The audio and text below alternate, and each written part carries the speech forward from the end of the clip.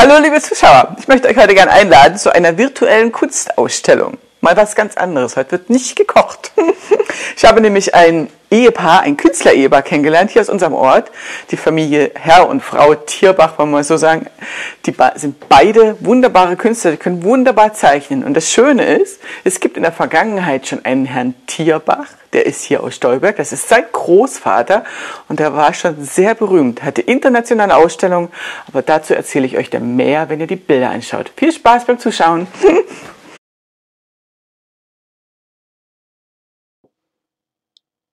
Also vorab, bevor ich überhaupt was über die Bilder erzähle, die hier so ganz nebenbei schon laufen, das könnt ihr euch schon anschauen, möchte ich von dem Herrn Tierbach, von dem Richard Tierbach erzählen, der wirklich bekannt war, der hier in Stolberg geboren wurde, um 1800 irgendwas, ich weiß nicht mehr genau, und der hatte viele Jahresausstellungen in Wien von 1884 bis 92. Er war in Berlin auf Kunstausstellungen, er war in München auf den Kunstausstellungen und er hatte sogar eine Weltausstellung in Chicago. Also er war wirklich sehr bekannt. Er hatte bis zu seinem Tod ca. 700 Gemälde gemacht und 2005 hat sein Enkel, unser jetziger, der Herr Tierbach, von dem ich jetzt auch die Bilder hier zeige, der jetzt nun schon 80 ist, seine Bilder geschenkt an ein Haus in Wernigerode. Dort kann man noch Bilder von dem Herrn Tierbach sehen. Ja, und jetzt zu diesen Bildern, die man hier sehen kann. Hier sieht man eine wunderbare Mischung von Frau und Herrn Tierbach. Das finde ich sehr nett, dass die Frau Tierbach genauso schön malen kann wie ihr Mann. Und das sind wunderschöne Bilder hier aus dem Harz entstanden. Da sind Aquarelle dabei, da sind Ölbilder dabei, da sind Porträts dabei. Es ist wirklich eine bunte Mischung, manchmal auch zu bestimmten Themen. Also da erscheint eine Rose, die aufgrund des unser Rosario in Sangerhausen entstanden ist, da ist ein Karl Marx entstanden, da ist ein Junge als Bleistiftzeichner entstanden, die mal Gäste waren in ihrem Ferienhaus, da ist einfach mal eine lustige Illustration entstanden, eine Kirche gezeichnet worden, hier aus der Gegend bekannte Gemälde, man kann es erkennen, sind entstanden. Und natürlich auch unser Ort. Das sieht man, hier ist Stolberg zu sehen kurz.